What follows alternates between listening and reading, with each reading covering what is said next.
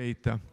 Amém? Irmãos, nós, no primeiro domingo do mês, nós fazemos esta série, que nós interrompemos, na verdade, a nossa série, que no momento é no livro de Marcos, e aí então nós fazemos uma exposição sobre a família. O primeiro domingo do mês é o domingo da família. E hoje eu fui dado a tarefa de pregar, de falar com vocês sobre a íntima relação da família com o reino. O nosso Deus é um Deus de famílias. Nós temos muito o que conversar.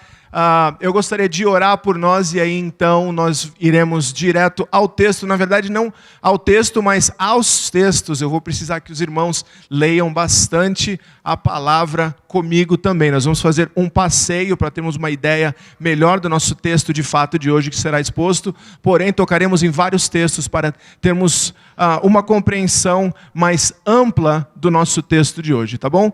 Então oremos e aí então podemos começar. Pai, eu te dou graças, Senhor, pela Tua graça, pela Tua misericórdia, Senhor, pela Tua providência, em nos trazer aqui, a Tua casa, Senhor, nos receber com Teu santo amor, na Tua graça, Senhor, e falando conosco através das orações, Senhor, através da comunhão dos santos, através dos cânticos que entoamos a Ti, Senhor, Tu já falasses aos nossos corações. Senhor, agora eu te peço que através da exposição da palavra, Senhor, que o Senhor traga a sua palavra inspirada, de fato, que ela seja pregada fielmente e que atinja não somente as mentes, mas os corações. Não somente o entendimento, mas as práticas. Que sejamos, de fato, transformados no nosso caminhar e nas nossas afeições por Ti. Acima de tudo, Senhor, que o amor por Ti esta noite cresça cada vez mais, que saiamos daqui Te amando mais do que amávamos quando entramos. Senhor, nós precisamos desesperadamente do poder do Teu Espírito, Senhor. Sozinho nada podemos fazer, mas Tu és o Deus de todo o poder, Tu és o Deus que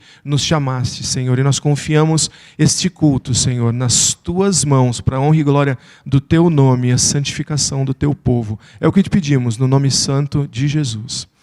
Amém e amém. Irmãos, não existe uma organização, uma instituição, um conceito mais atacado nos nossos dias do que o conceito, a instituição da família.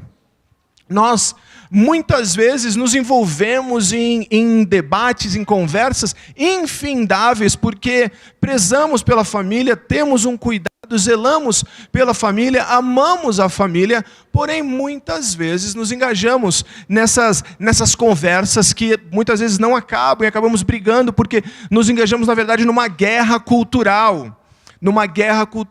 Muitas vezes não necessariamente sabendo o porquê devemos, ou talvez sentindo de fato, o porquê devemos nos engajar na defesa da família, o porquê amamos tanto a família. Na discussão sobre a família nos nossos dias, nós vemos muito o valor emocional da família, porque existe um segmento da sociedade que abertamente ataca a família, a instituição da família, porque quer a destruição da família estruturada patriarcal, como se vê tradicionalmente, e esse segmento da sociedade quer de fato acabar com essa estrutura da família. Começou há quase 200 anos essa ideia de que uma classe oprime a outra, e aí no século passado a ideia de que minorias são oprimidas pela maioria, e aí então todas essas minorias elas passam a sempre sofrer na mão da maioria. A maioria é a maioria que crê que, entre outras coisas, tem esse valor da sociedade, da família tradicional.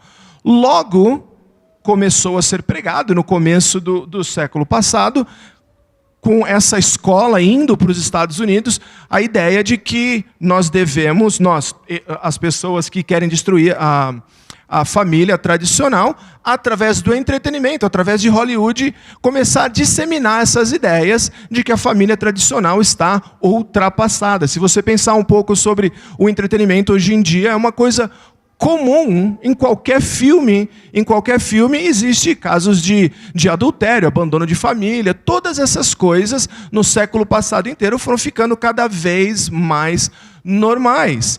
Mas na segunda metade do século, com a chamada revolução sexual, o feminismo, toda sorte de imoralidade, de conceitos contra a família foram também introduzidos de uma maneira muito mais agressiva e muito mais aberta na sociedade. E aí então, todo aquele que quer ser tradicional, que acredita que o marido deve ter de fato uma mulher, que um homem e uma mulher de fato devem se casar e constituir uma família e terem filhos, que não há nada de errado com isso, que uma mulher sim tem o direito de almejar ser mãe e querer ser mãe e tomar conta dos seus filhos, que não é pecado. Essas pessoas, hoje em dia, em alguns círculos, e eu creio que de uma maneira crescente na sociedade, estão sendo cada vez mais criticadas na época do politicamente correto, onde ninguém pode ser contrariado quando você se posiciona a favor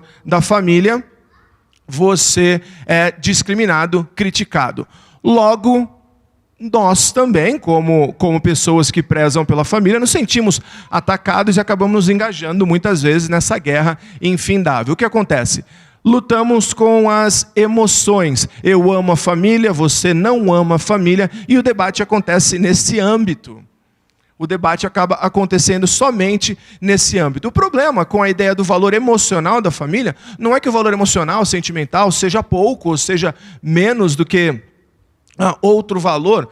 Porém, o problema de lidar com essa questão somente do aspecto emocional é que as emoções variam.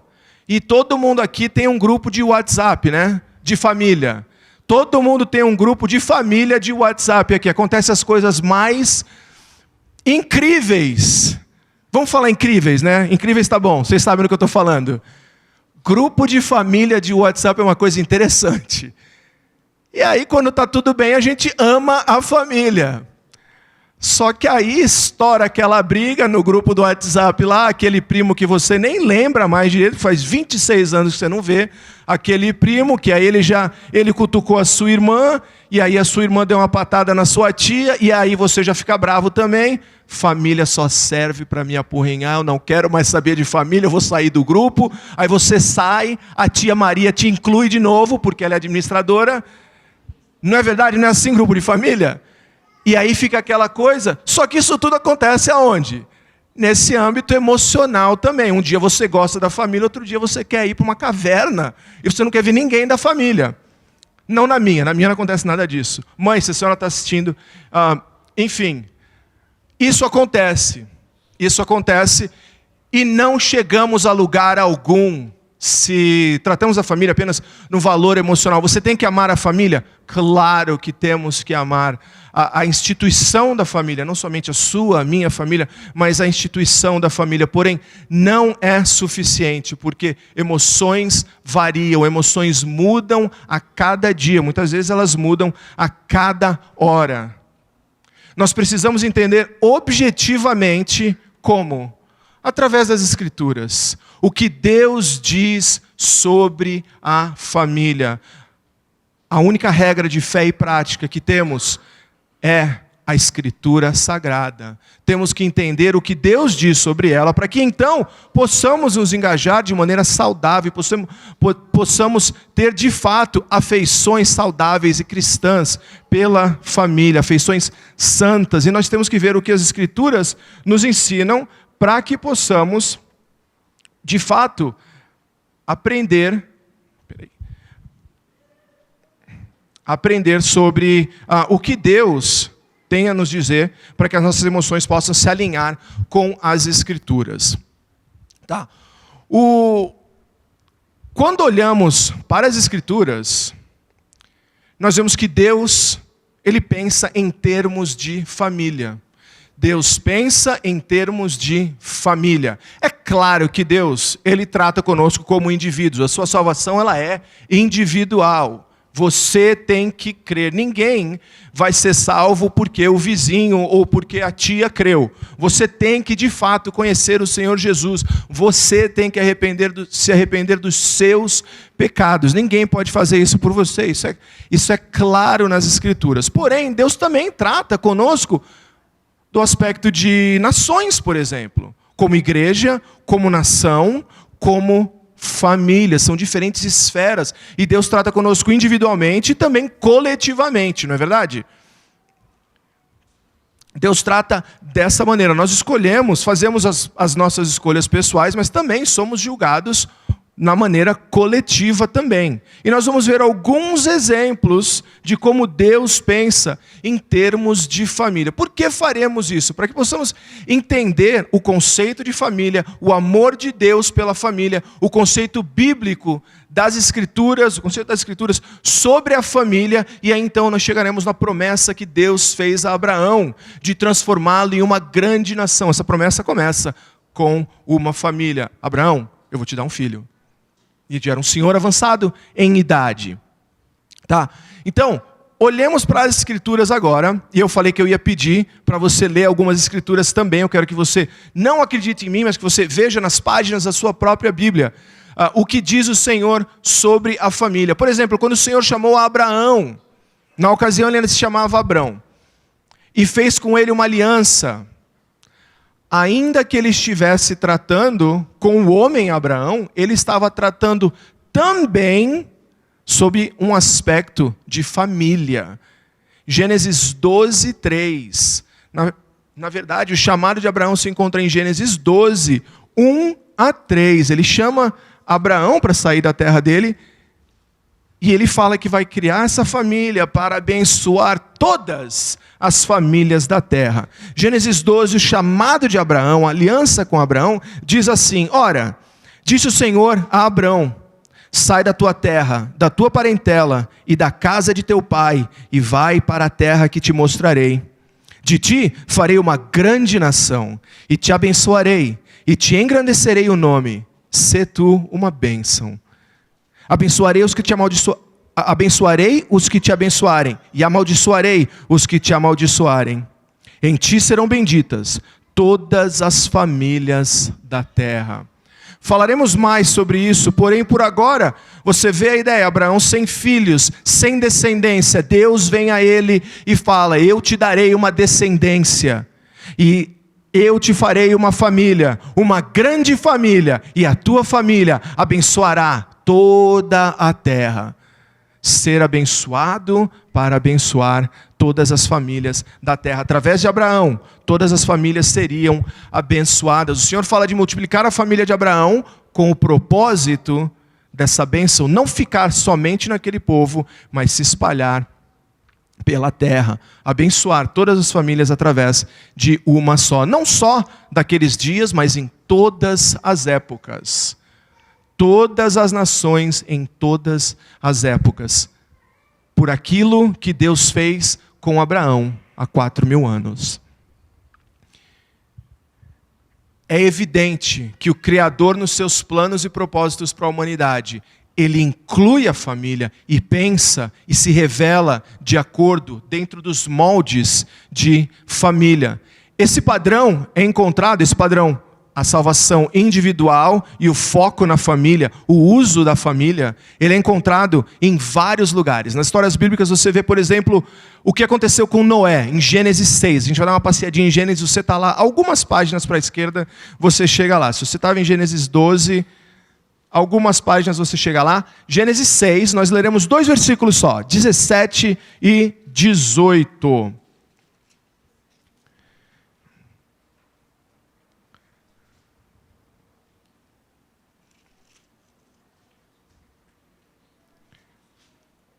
Porque estou para derramar águas em dilúvio sobre a terra, para consumir toda a carne em que há fôlego de vida debaixo dos céus. Tudo que há na terra perecerá. Contigo, porém, estabelecerei a minha aliança. Entrarás na arca, tu e teus filhos, e tua mulher, e as mulheres de teus filhos. Deus Você sabe como começa o capítulo 6 de Gênesis? Deus olha por toda a terra e vê que a iniquidade se espalhou e toda a intenção do coração do homem era má. Deus decide punir a sua criação, a rebelião do homem, o pecado do homem, e decide enviar um dilúvio. E ele faz essa aliança com Noé.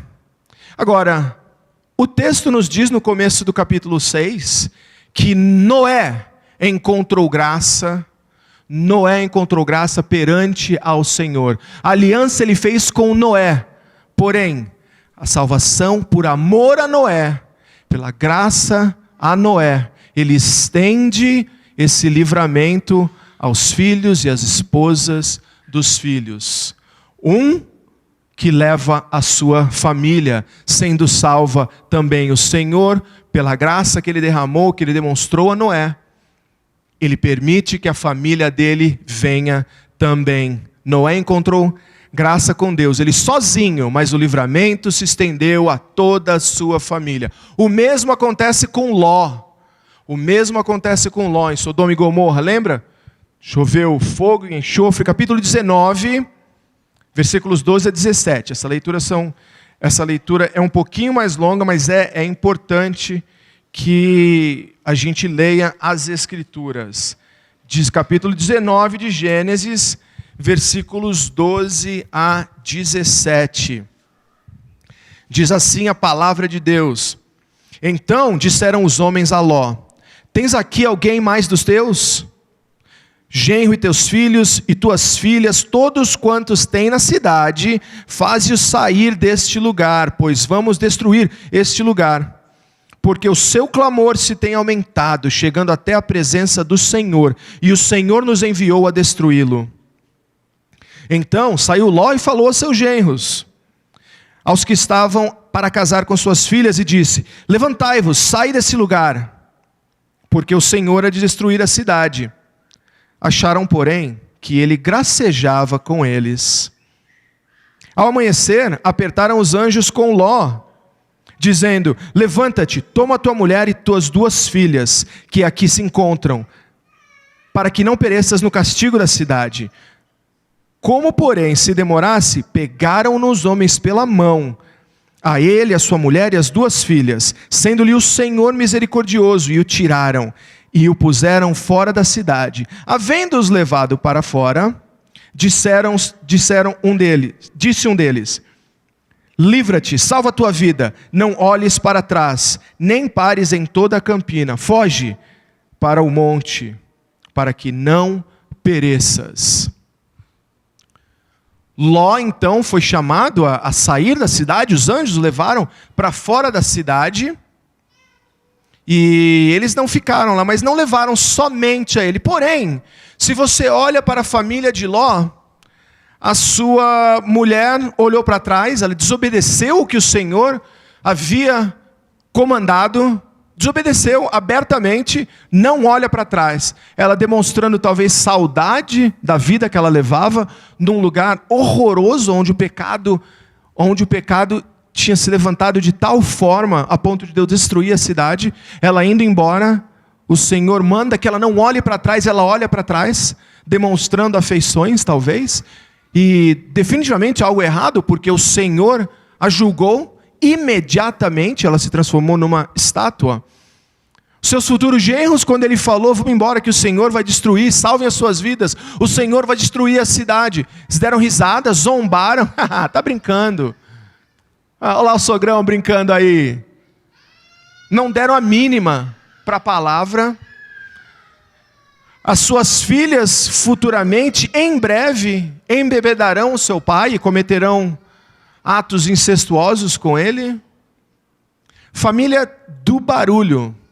Porém, em 2 Pedro, eu vou ler para você, 2 Pedro 2, versículos 6 a 9. Olha o que o apóstolo Pedro diz sobre Ló e sobre esse evento. Se, reduzindo a cinza as cidades de Sodoma e Gomorra, condenou-as à destruição, havendo-as posto para exemplo aos que vivessem impiamente, e se livrou ao justo Ló, e se livrou ao justo Ló, atribulado pela vida dissoluta daqueles perversos, porque este justo, habitando entre eles, por ver e ouvir, afligia todos os dias a sua alma, justa com as injustas obras deles. Também sabe o Senhor livrar da tentação os piedosos e reservar para o dia do juízo os injustos, que já estão sendo castigados. O apóstolo Pedro chama a alma de Ló de alma justa, chama o homem Ló de justo e se livrou como justo. Não fala nada sobre as filhas, sobre os genros, sobre a esposa, porém, o livramento veio para eles também. Por amor de Ló, o justo, Deus estendeu o livramento ao resto da família. No Novo Testamento nós vemos também a mesma coisa acontecendo. Por exemplo, em Atos 10, o apóstolo Pedro, ele tem uma visão para ele pregar o evangelho na casa de um gentil, na casa de um homem que era temente a Deus, porém não era judeu, não era de ascendência judaica, e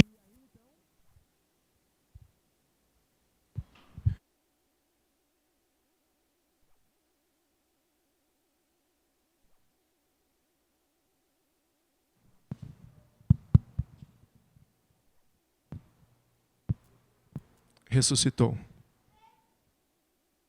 E aí então, ele vai e prega o evangelho a essa família que é de gentios, família de não-judeus.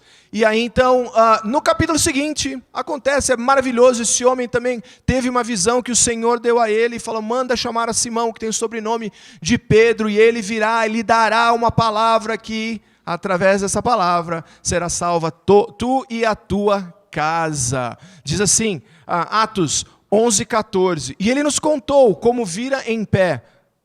Pedro contando para o resto dos apóstolos, do resto dos discípulos que eram judeus, o porquê que ele tinha ido pregar na casa de Cornélio. E ele falou, eu tive essa visão e quando eu cheguei lá, o Cornélio me contou.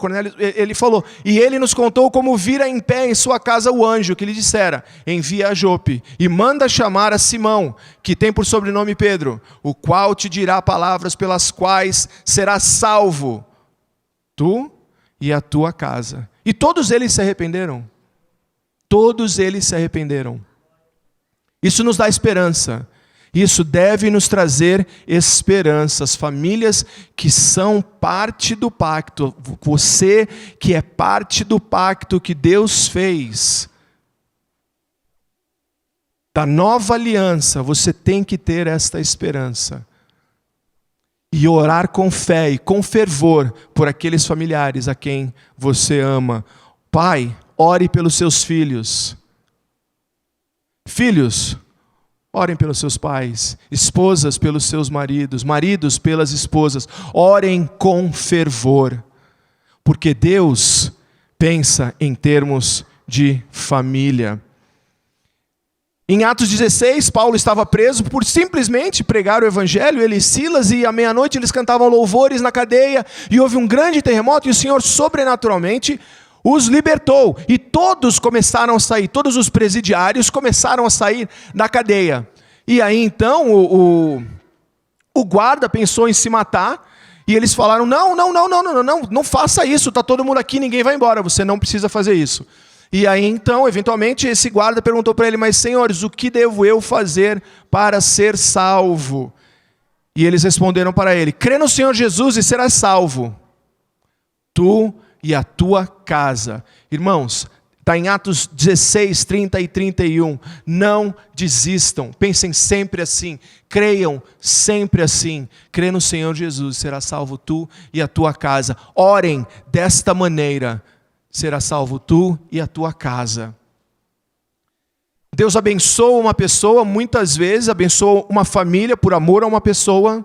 Às vezes não é necessariamente uma salvação da destruição, porém, muitas vezes a bênção vem naquele lugar por causa de uma pessoa só. Lembra de José? Na casa de Potifar, o capitão da guarda? Gênesis 39, 5.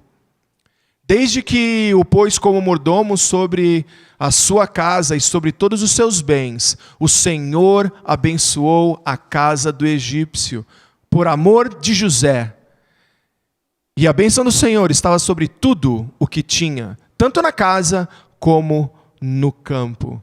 José foi feito parte daquele lugar, daquela casa, daquele lar, e por causa de José, tudo que havia ali, de acordo com Gênesis 39, era abençoado, tanto na casa como no campo.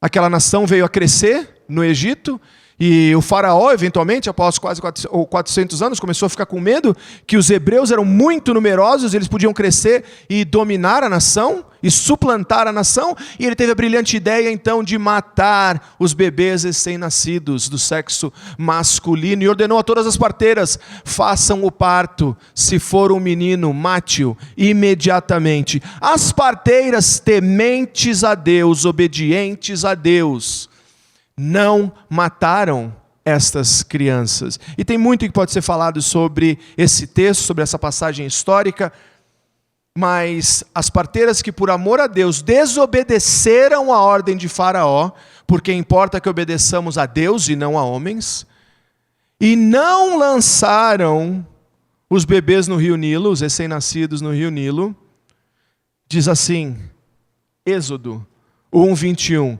Também aconteceu que, como as parteiras temeram a Deus, e ele lhes estabeleceu as casas. As casas é um sinônimo de família, lares, não está falando a construção, tijolo e cimento, mas os lares, cada casa foi estabelecida por amor das parteiras, que por amor a Deus se arriscaram para obedecer a Deus, arriscaram as suas próprias vidas. O reino de Deus tem uma íntima relação com as famílias. Deus é um Deus de famílias. Agora, Deus não somente nas Escrituras, Ele abençoa famílias, mas o próprio dar a família às pessoas é visto como uma bênção nas Escrituras. A própria família é dada como forma de bênção. Ele não somente abençoa as famílias, mas ele abençoa pessoas através de fazê-las parte de uma família. Existem vários versículos, vários salmos. Um deles diz, Salmo 113, versículo 9 diz: ele faz com que a mulher estéril habite em família e seja alegre mãe de filhos. Louvai ao Senhor. Salmo 68, versículo 6 diz assim: Deus faz que o solitário viva em família, liberta os presos e os faz prosperar. Deus dá a família como instrumento de bênção a indivíduos também. Indivíduos são abençoados através de fazerem parte de uma família. Obviamente, a maior bênção é ser transportada do reino das trevas para o reino do Filho dele, ser dado o direito de ser feito filho de Deus, João 1, aqueles que nasceram de novo, que não foi por desejo da carne, nem desse mundo, mas pela vontade de Deus. A estes foi dado o direito de serem feitos filhos de Deus. Bem-vindos à família de Deus. Há ainda mais, nós poderíamos falar da família por semanas aqui. Há muitas outras questões nas Escrituras que são relacionadas à família. Por exemplo, os mandamentos familiares. Não cobiçar a mulher do próximo.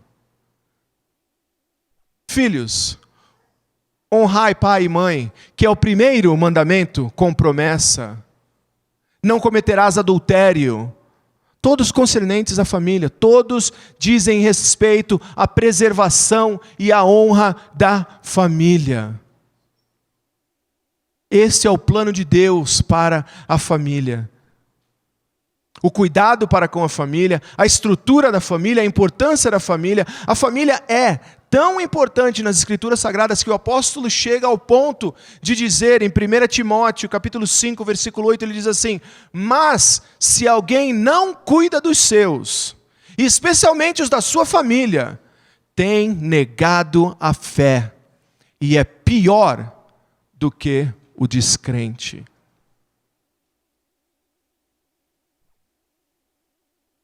Aquele que se diz crente e negligencia a sua família, não toma conta dos seus, de acordo com 1 Timóteo 5, versículo 8.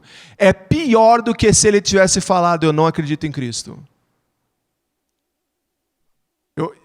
Eu vou tomar uma água para deixar vocês pensarem nessa.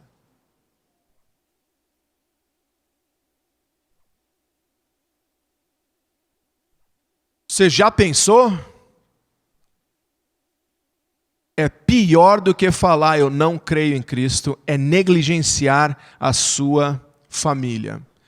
E aí então, agora que nós refrescamos a nossa ideia, a nossa mente quanto à importância da família, a estrutura da família, a instituição da família e o relacionamento da família com o reino de Deus, nós chegamos ao chamado de Abraão, que se encontra em Gênesis 15.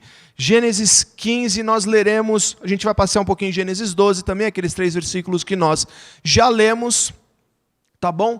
Mas Gênesis 15 nós leremos de 1 a 11, eu farei uma breve exposição, esse é o famoso pacto abraâmico, o pacto que Deus fez com Abraão, que se cumpre em Jesus Cristo, na sua pessoa e obra, e já está parcialmente cumprido.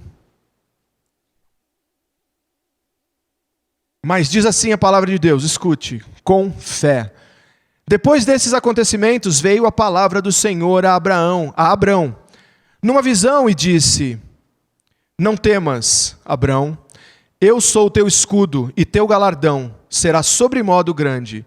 Respondeu Abrão: Senhor Deus, que me haverás de dar, se continuo sem filhos, e o herdeiro da minha casa é o Damasceno Eliezer? Disse mais Abrão: a mim não me concedeste descendência, e um servo nascido na minha casa será o meu herdeiro. A isso respondeu logo o Senhor, dizendo: não será esse o teu herdeiro, mas aquele que será gerado de ti será o teu herdeiro. Então conduziu-o até fora e disse: olha para os céus e conta as estrelas, se é que podes. E lhe disse: será assim a tua posteridade. Ele creu no Senhor, e isso lhe foi imputado para a justiça. Disse-lhe mais: eu sou o Senhor que te tirei de Ur dos Caldeus, para dar-te por herança esta terra. Perguntou-lhe Abrão: Senhor, como saberei que hei de possuí-la? Respondeu-lhe: toma-me uma novilha, uma cabra e um cordeiro, cada qual de 3 anos, uma rolinha e um pombinho. Ele, tomando todos esses animais, partiu-os pelo meio e lhes pôs em ordem as metades, umas defronte das outras. E não partiu as aves. Aves de rapina desciam sobre os cadáveres, porém Abrão as enxotava. Por agora, até aqui a leitura, mas no capítulo 15, quando chegamos aqui, nós já vimos imediatamente que nós chegamos a essa revelação, que é uma das mais importantes do Antigo Testamento. E ela está resumida nesse versículo 6, que diz: ele creu no Senhor, e isso lhe foi imputado para justiça. Um dos textos mais importantes do Antigo Testamento. Nós vamos chegar já no porquê disso. Imediatamente nós vimos, começando a ler esse capítulo, no versículo 1, o Senhor fala: não temas. O Senhor fala, na verdade, depois desses acontecimentos. Isso nos deve causar olhar quais são esses acontecimentos. O que é que aconteceu que o Senhor está mencionando? Depois desses acontecimentos, veio a palavra do Senhor a Abraão. Capítulo 14, aconteceu uma guerra de reis poderosos que saquearam as cidades, se juntaram contra os reinos menores e acabaram levando, inclusive, Sodoma e Gomorra, onde o sobrinho de Abraão morava, e foi levado como escravo. Abraão ficou sabendo dessa história e juntou os seus homens, que eram muito menos do que o exército inimigo, e guerreou contra esses reis. E Abraão venceu esta guerra. Abraão trouxe muitas coisas, inclusive o seu sobrinho, e o rei de Sodoma disse a ele: pode ficar com todo o ouro, toda a prata, pode ficar com todas as coisas da guerra que você conquistou nesse combate, só me devolva os meus homens e estaremos certos. E Abraão graciosamente, generosamente diz: não, eu não preciso do ouro de ninguém, eu não quero ficar com o ouro de vocês, eu não quero que ninguém futuramente venha dizer: eu enriqueci Abraão. E Abraão simplesmente fala: a única coisa que eu quero de vocês é a comida que o pessoal já comeu, eu não quero ter que pagar de volta para vocês. E Abraão foi honrado, grande reputação, ganhou uma guerra, e aí então esses são os acontecimentos, e a palavra do Senhor vem a Abraão numa visão. E o que é a primeira coisa que esta visão diz a Abraão? Como é que começa essa mensagem para Abraão? Não temas. Falou, não temas, é porque Abraão estava temendo. E o que é que será que Abraão estaria temendo? Bom, ele acabou de sair de uma guerra. Será que ele aniquilou o inimigo a ponto do inimigo não ter mais capacidade de vir atrás dele? Essa é a preocupação de Abraão. Talvez ele tenha ganhado uma batalha, mas será que eu ganhei a guerra? Porque guerra é feio, pessoas morrem, dinheiro foi levado, ouro foi levado deles, e será que eles estavam contentes? Será que eles iam tentar retaliar? Essas coisas estavam na preocupação de Abraão, estavam na sua cabeça, no seu coração. Será que esses homens virão de volta aqui, vão nos saquear, vão nos matar, vão nos se vingar de nós? Essa é uma das preocupações. Tá? Até esse ponto, a fé de Abraão, ela é demonstrada de uma maneira, de um caráter mais geral. Nós já conhecemos Abraão, nós já passamos pelo capítulo 12, onde Deus manda que ele saia daquela terra, e ele sim obedece, ele acaba levando seu pai e o seu sobrinho, ele sai sem saber para onde ia, mas é demonstrado de uma maneira geral. Aqui fala, ele creu, e isso lhe foi imputado por justiça.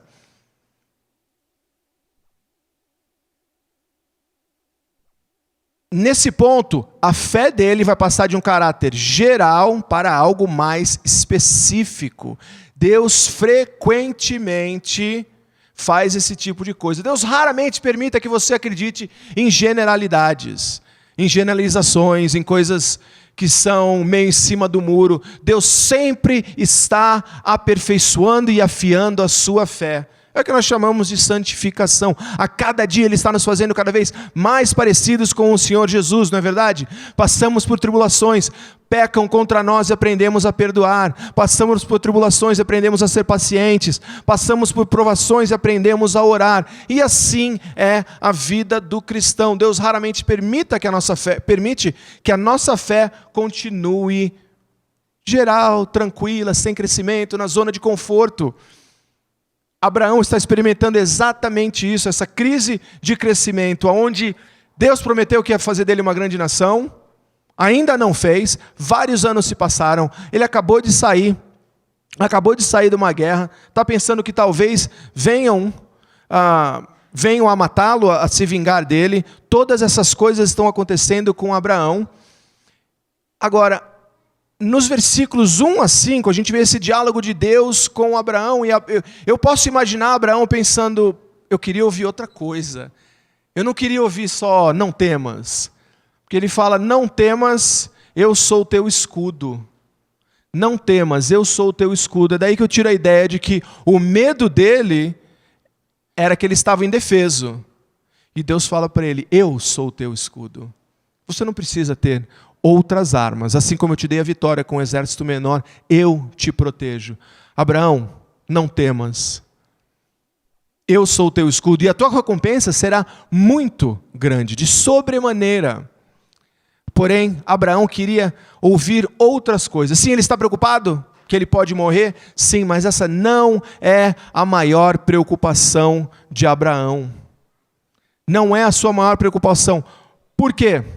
Os versículos seguintes vão nos dizer que a preocupação dele era que ele não tinha um filho, não tinha uma descendência. E a promessa do Senhor, de Gênesis 12, estava parecendo que não se cumpriria. O medo da promessa não se cumprir.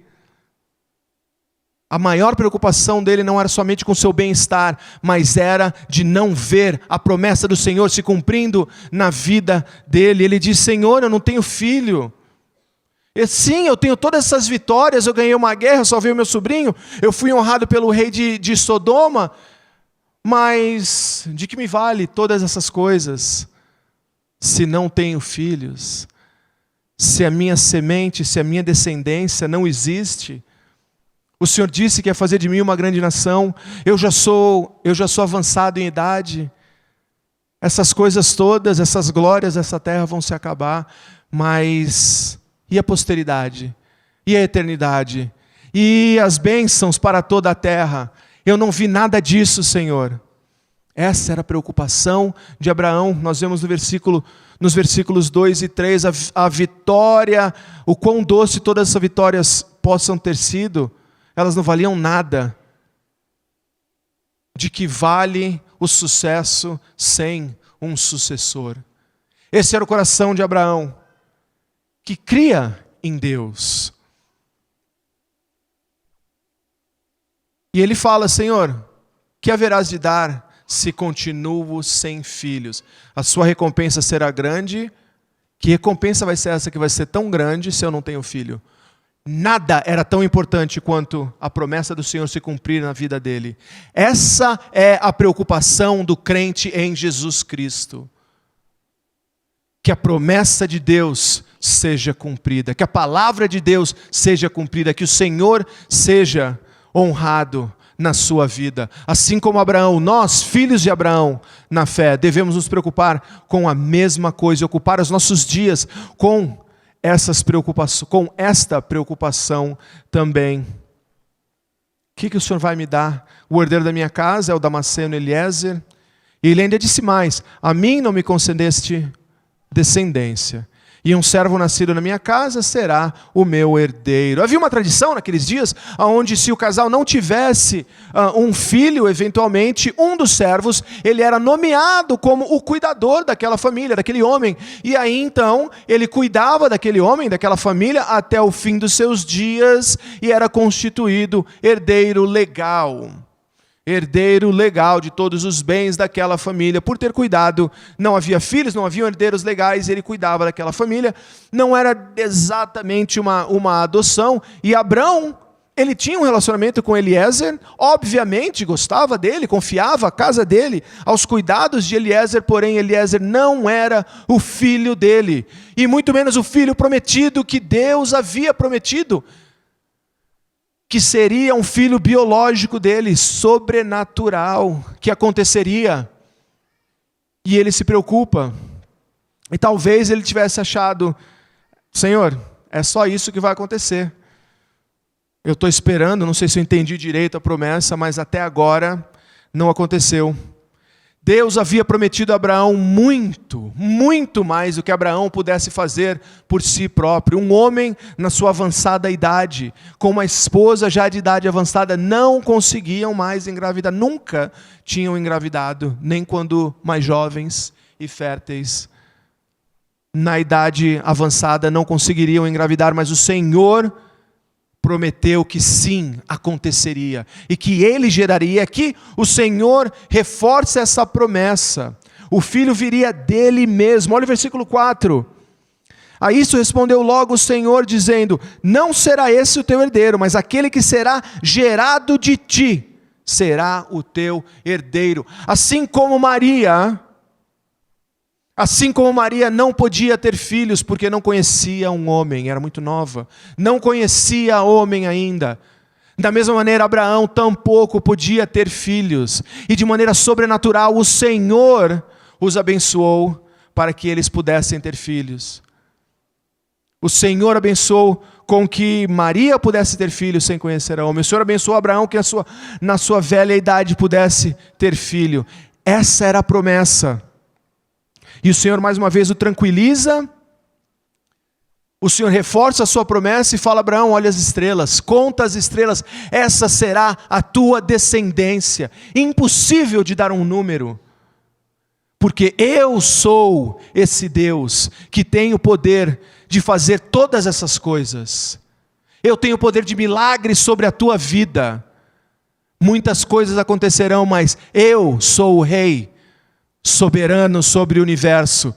A tua idade não é problema para mim. E quando eu fizer isso, todos saberão que foi obra minha.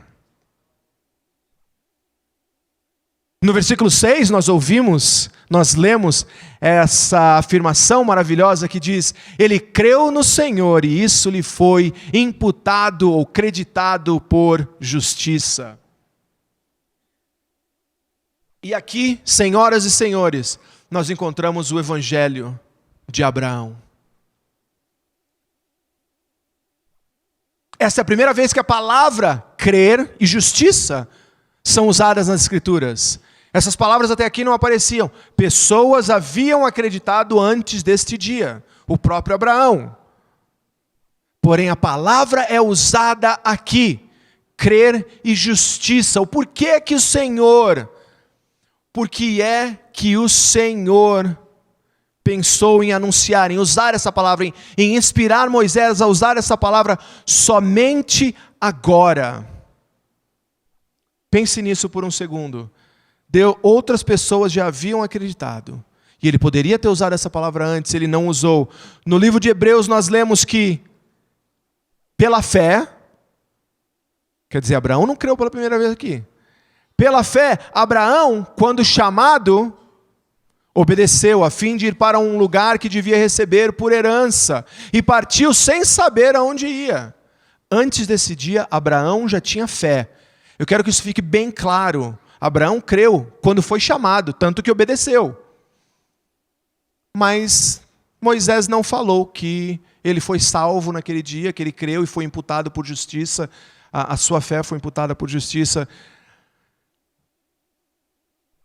Se ele já havia crido e foi falado só agora, talvez a solução não seja tão difícil. Nós já vimos que ele cria e continuou crendo, tá? Porém, a palavra crer para ser salvo, crer e isso for imputado, acreditado como justiça, que é a perfeição perante ao tribunal legal dos céus. Martim Lutero responde no seu comentário, ele fala assim, e me parece satisfatório, porque aqui é um anúncio do Evangelho. Sua fé ainda não tinha sido mencionada, a fim de salientar que a fé salvadora é aquela fé focada na pessoa e obra de Jesus Cristo. Aqui, a fé professada por Abraão estava na promessa de um filho, por meio de quem viria a bênção para o mundo todo. Embora não possamos determinar com clareza o quanto Abraão aprendeu de tudo isso, não podemos deixar passar as palavras do nosso Salvador a esse respeito.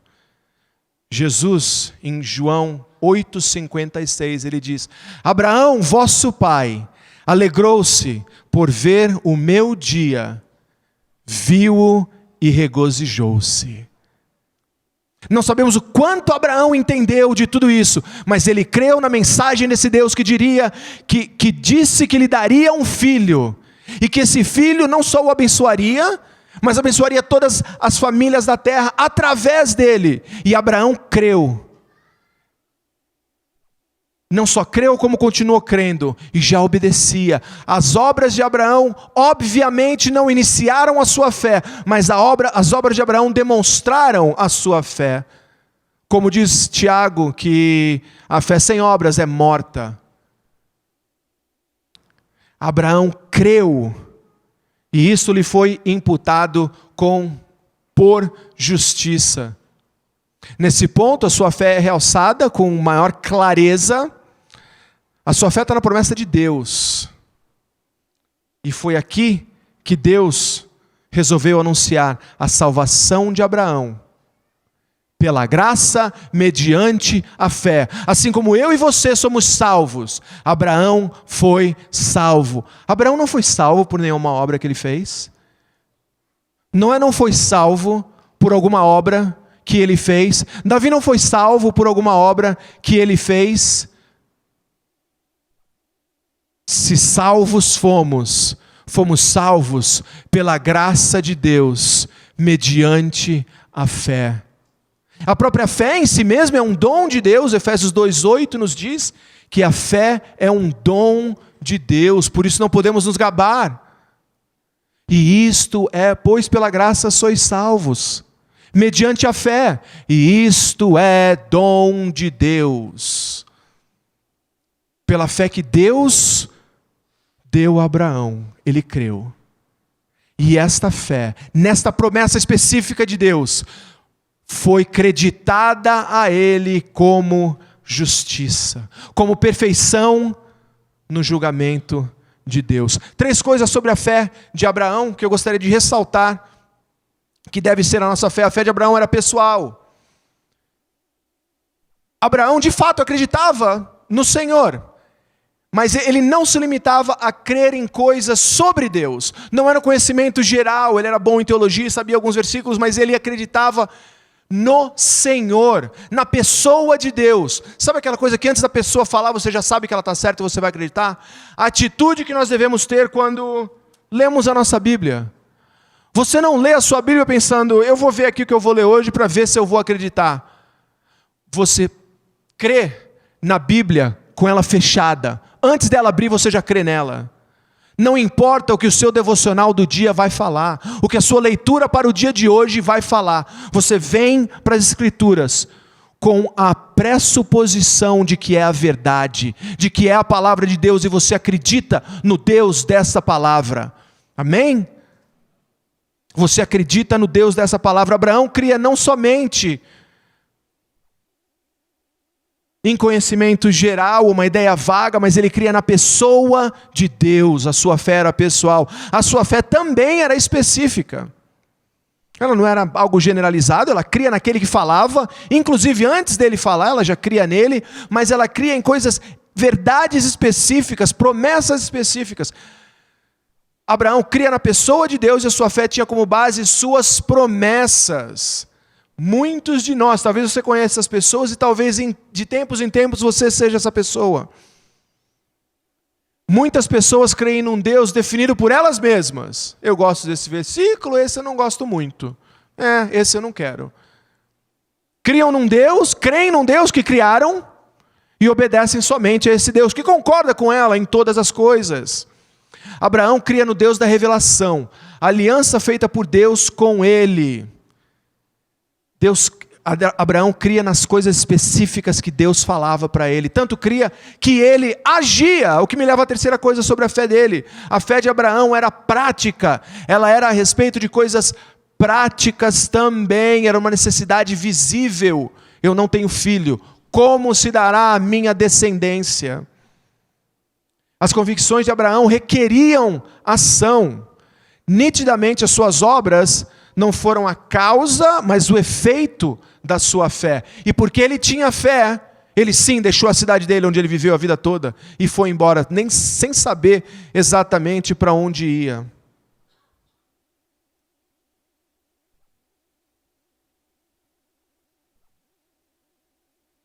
A fé do Antigo Testamento cria num filho que haveria de vir, que havia de vir.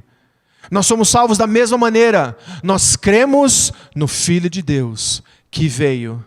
Essa é a única diferença. Mas não pense que alguém jamais possa ter sido salvo por meio das suas obras.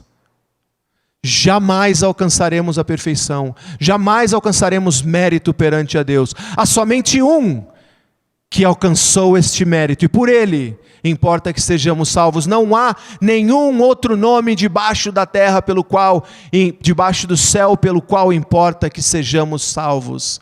Não há um outro mediador entre o homem e Deus, senão o homem, Cristo Jesus.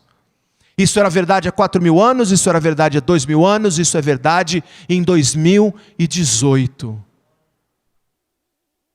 Quando pecares, corram para Ele, porque nele vocês são amados. Em Cristo nós somos amados. Na família de Deus nós somos amados, redimidos, limpos, lavados, santificados e futuramente glorificados. Nós cremos nessa promessa, na esperança bendita de que um dia Ele voltará para buscar a sua igreja. De que Ele está preparando um lugar para nós. O pacto com Abraão tem um cumprimento espiritual e um cumprimento natural, material, terreno, e um cumprimento espiritual.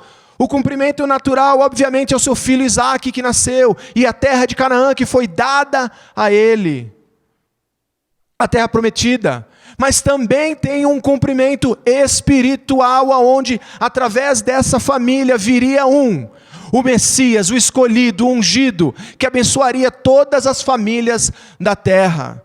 Todos aqueles que nele estão serão abençoados.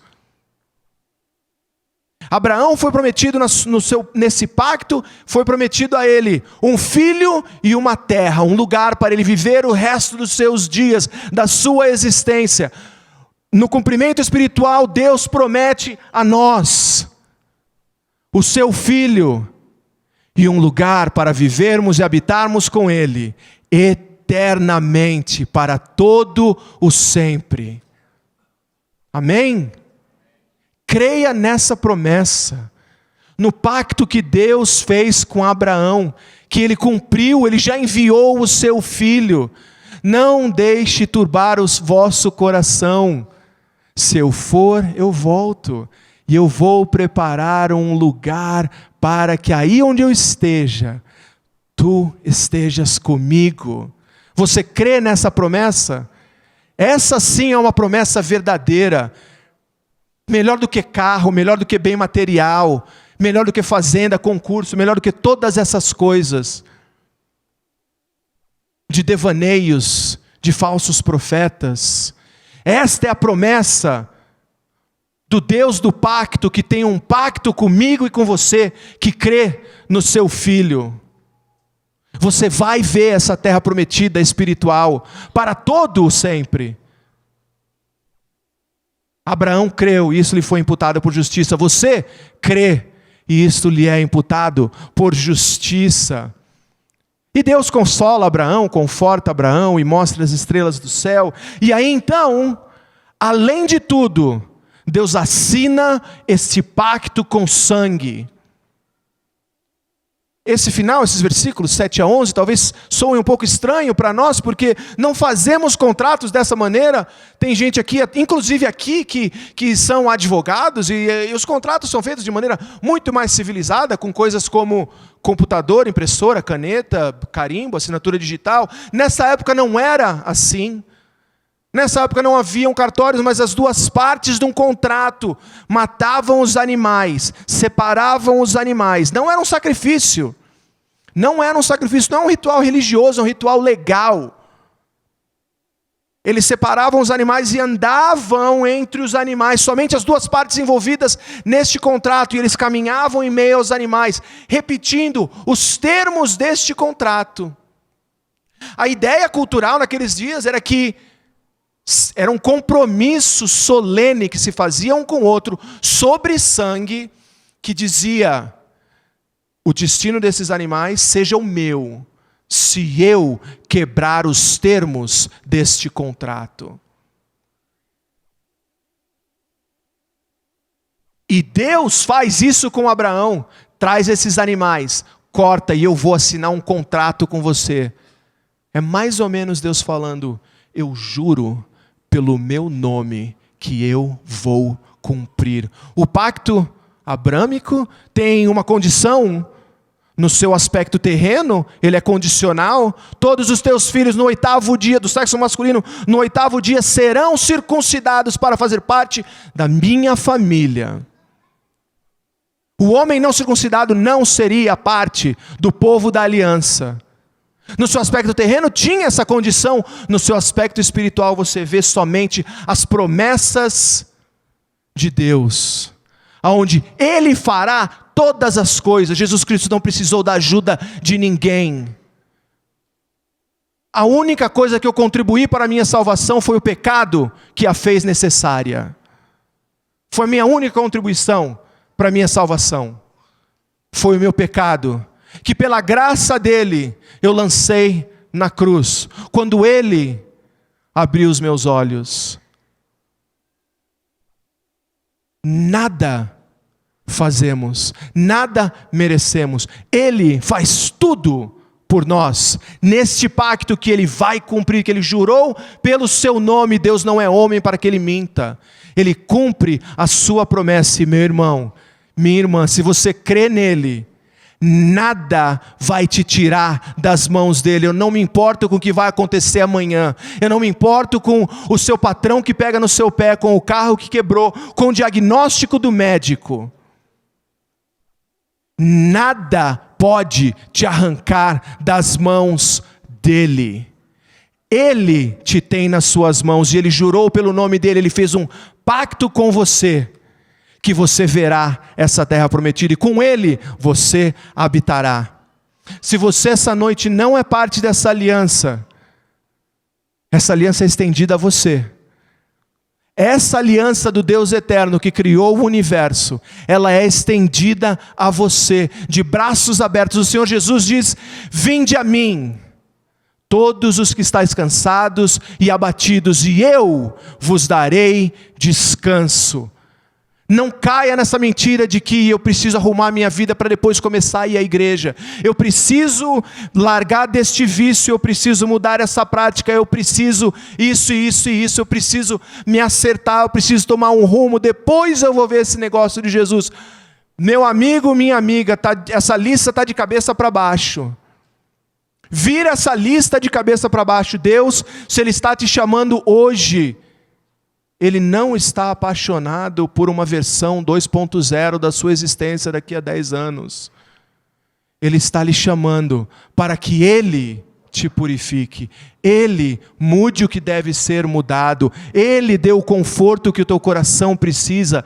Ele traga todos os bálsamos, as suas bênçãos, a sua vida, a maior delas o perdão e a adoção, a sua família para todos sempre, a inclusão nesse pacto que nós vimos, na família de Deus. O Deus da aliança te chama hoje. Faça como Abraão, creia, e isso lhe será creditado por justiça. Amém? Glória a Deus. Deus abençoe a todos, que vocês meditem nessa palavra, que o pacto de Abraão seja verdade na sua vida, e como ele, você creia, esteja com ele para todo sempre. Amém?